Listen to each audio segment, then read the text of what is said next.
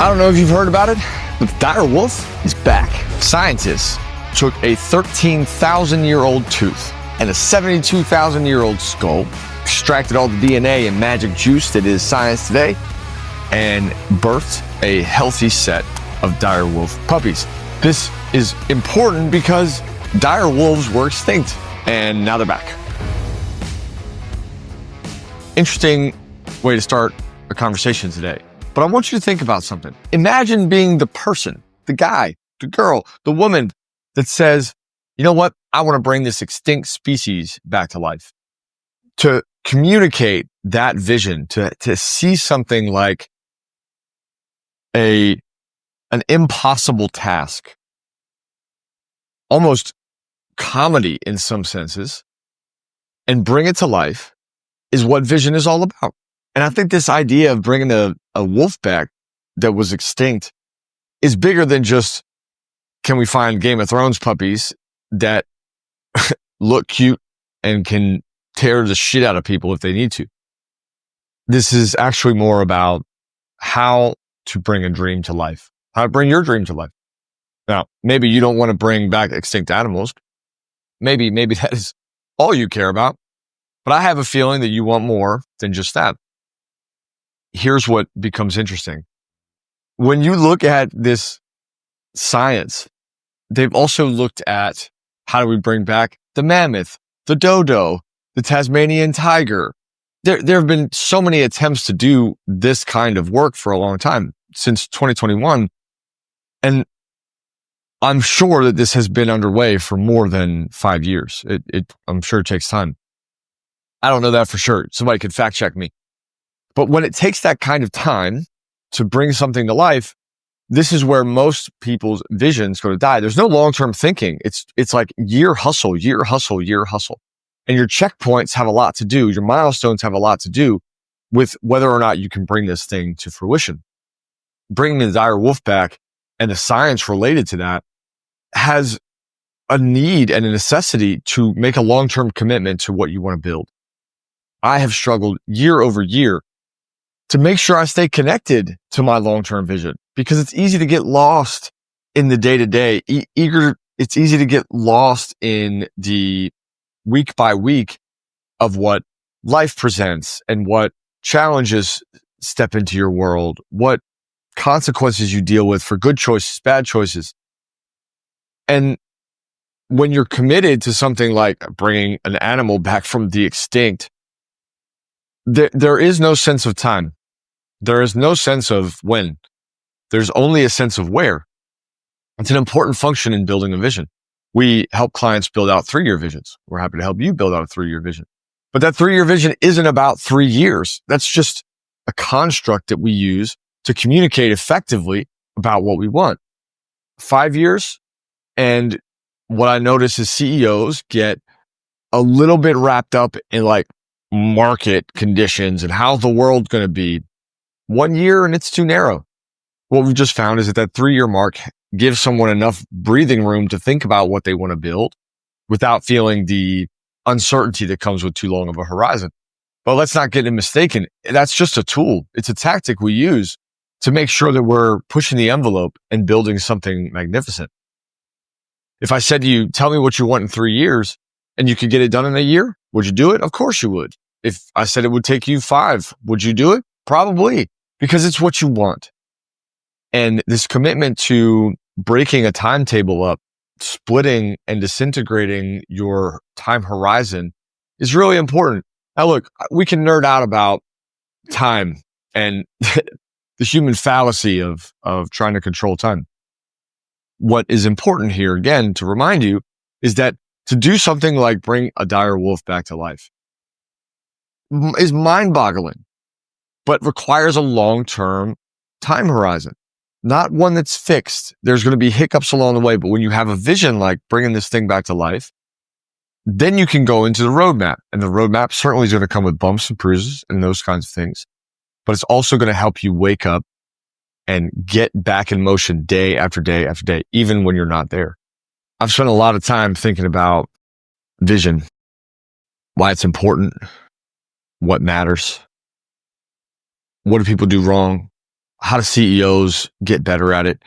And what I have come to believe is that building vision, much like deciding to bring a wolf back to life, is usually done in a state of mind that is, what do I know how to do and how can I do more of it? What do I have and how do I do more of it? Rather than challenging what's possible, rather than challenging a big idea or creating a wonderful opportunity that's different.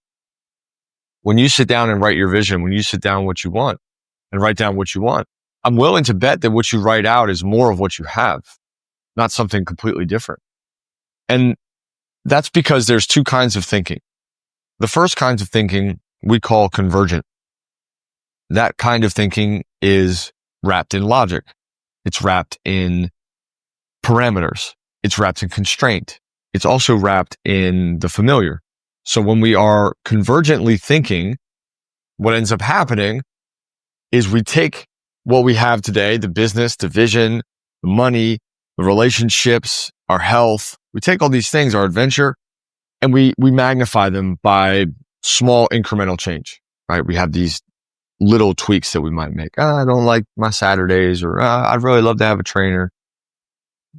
But that convergence creates a friction point at some junction where now the vision doesn't feel exciting. It can't, because it's just a perpetuation of what you have. This convergent thinking is great for how things get done, because convergent thinking is all about the roadmap there. It's like the step-by-step thinking. And what happens with building vision is almost everyone is tripped up by how. Well, Aaron, if I say what I want, how do I get there? And almost by definition, us as business owners, we've learned to think about how things get done, to lead the team, to build the product, to sell and organize.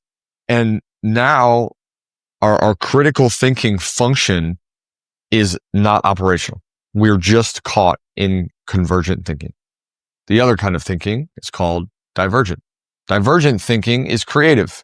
It's abstract. It's disconnected from the tethers to reality. It's free in a way, and it allows you to paint a really beautiful picture with no context to what might currently be your reality. It's where we go to paint a beautiful 3-year vision that is so orchestrated and so connected to who we are and our values that it has no resemblance to what we might currently be experiencing. Divergent thinking is powerful in nature because it sets you free from the constraints of today. Divergent thinking is something I learned most and fastest through the lens of improv. There's a great game that we play when we run workshops with companies called Yes and. We present an image to the group, have them partner up, and then they start a story. And the way that the story works is partner one has to begin with a sentence based on the vision, based on the image that we give them. So they might say, you remember that time where we were walking through the woods and the bear came out, or the dire wolf came out? And then partner two has to say yes and add to the story. And it goes back and forth, yes and, where they're just stacking on top of the story. It's a great improv game. The more you play the game, the more it opens up your creative thinking, because that story doesn't revolve around logic. It doesn't matter what the partner said before you. You just have to add to the story. Yes, that happened. It did.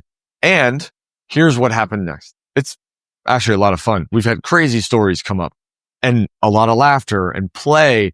And there's this levity to the experience because we're no longer thinking convergently. We're thinking divergently. It's a beautiful exercise.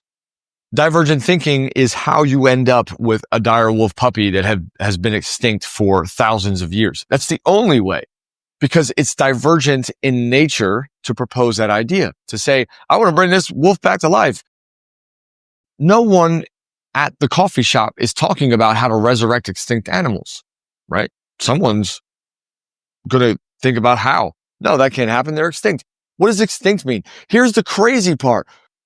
If you and I were sitting somewhere and I said that animal is extinct, I don't think either of us would be like, yeah, but they're going to come back. No, I don't know that I would ever have that thought. Yeah, the dire wolf is definitely back. Of course not, because that's what extinct means. It can't come back. It's funny to think about how much we restrict ourselves from what's possible. And I want you to take some time in the next 10 or 15 minutes. Just slow your world down a little bit. Just pause today. And for a moment, yes, and your world. For a moment, think divergently about your world. What would be amazing in your world?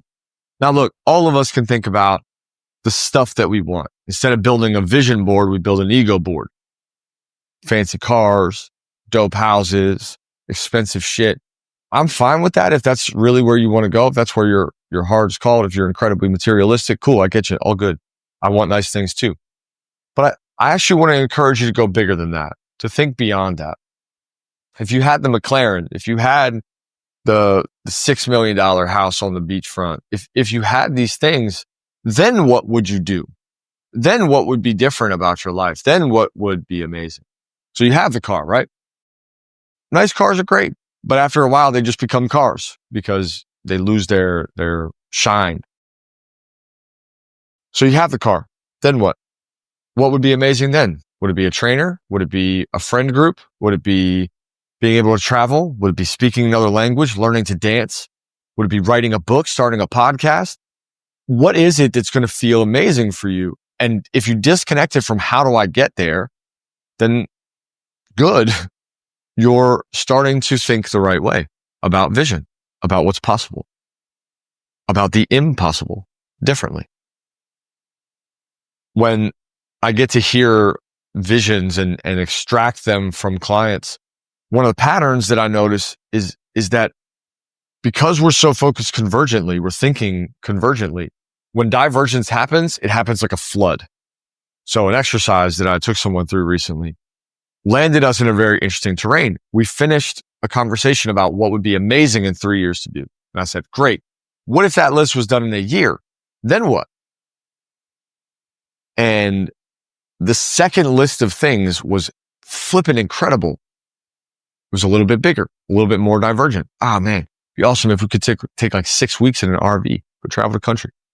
I think I'd get involved in local politics. I think that I would maybe build a STEM lab for my kids.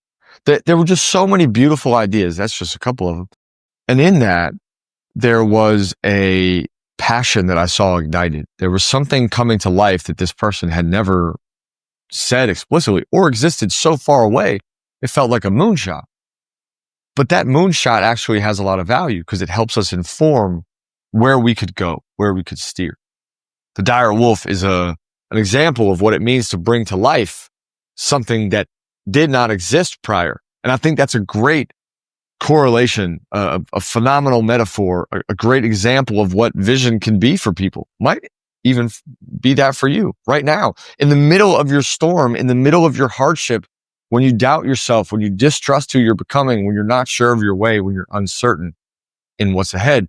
And it's possible that the way that you're going about trying to solve this problem by thinking convergently does not work. It might not be a logic problem. I have spent a lot of time in the world of art, painted, I've drawn, I've done graphic design.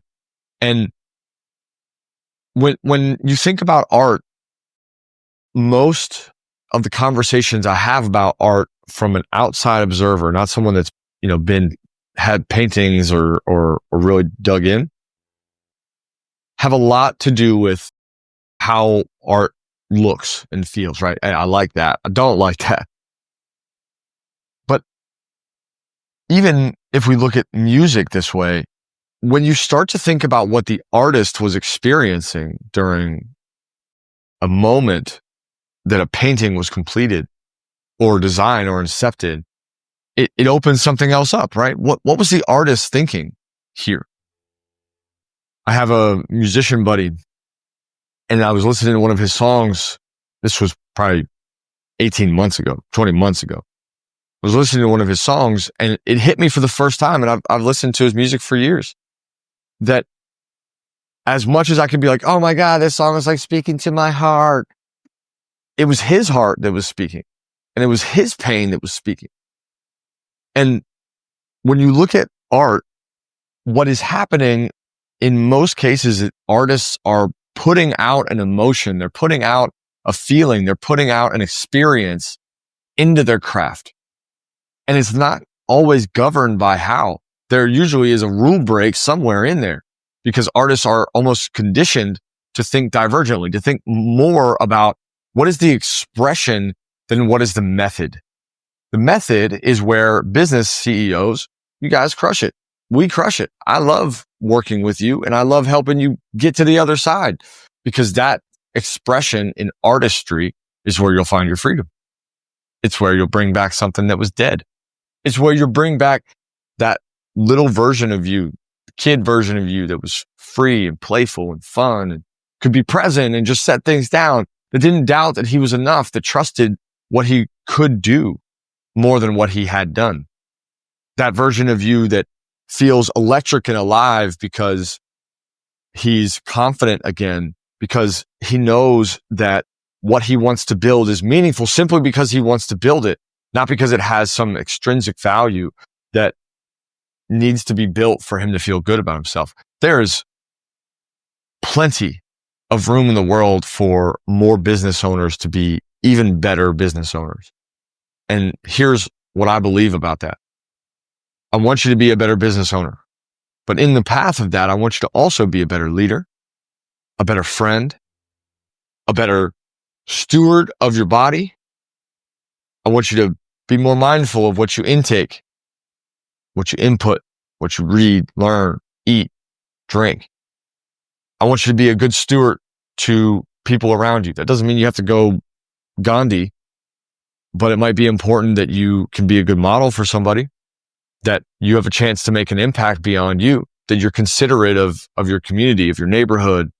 And if you are the piece on the chessboard that influences the most, then what is your board? What's on your board? Who is on your board that you can influence and radiate down to?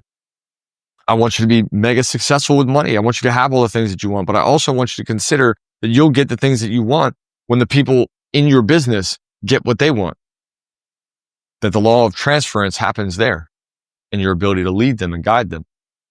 I want you to consider that your success in business and your ability to bring the impossible to life really comes down to how brave you can be, how courageous you can be about what you want to build, and not just for yourself.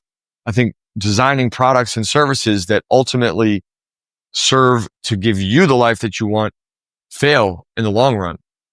But the ones that stand the test of time are committed to the experience that their customers, their clients, their company, their people, their leaders all have when they clock in day after day.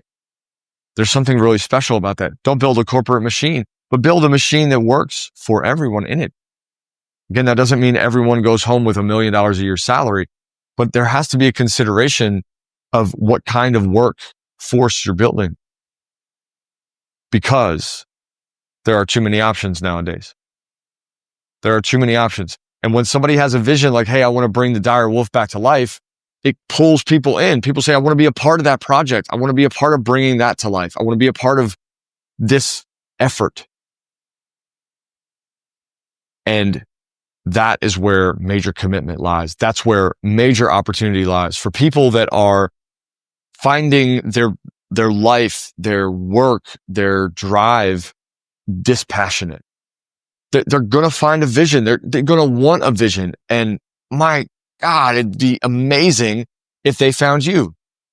If they found you right where you are, but you were connected to the impossible becoming possible, where you were divergently thinking about what you could do, could dream, could build, could create, like an artist painting freely on canvas, and brought it down into the world so that you could express that to everyone. And in a team of people, when they hear your vision, when they hear what you want to do, when they hear what you see that they can't see, they become the how, because they are great at the how, and that's their calling, to bring things to life. I'm sure this project with the dire wolves took a lot of time, took a lot of resources, took a lot of money, took a lot of people. There are now 3 dire wolves living on a 2,000 acre site. where there's a 10-foot tall fence, so they can't get out. But the thing that's interesting, there's videos of these things. They're just running around. I mean, they're adorable. They're also wolves, so they're probably going to bite the shit out of you. But the thing that's amazing to me is that at some point, someone had to sell this. Someone had to be like, hey guys, I have an idea. Let's bring an extinct animal back to life. And it wasn't a writer for a movie. It wasn't a writer for a comic book. This was a real human being that committed to this vision. And now this vision's real. You can see them. They're just online. There's like I've got a picture of them up right here. It's incredible. The thing that I want to remind you of today is that answering the question, how do I do it, is the wrong place to start.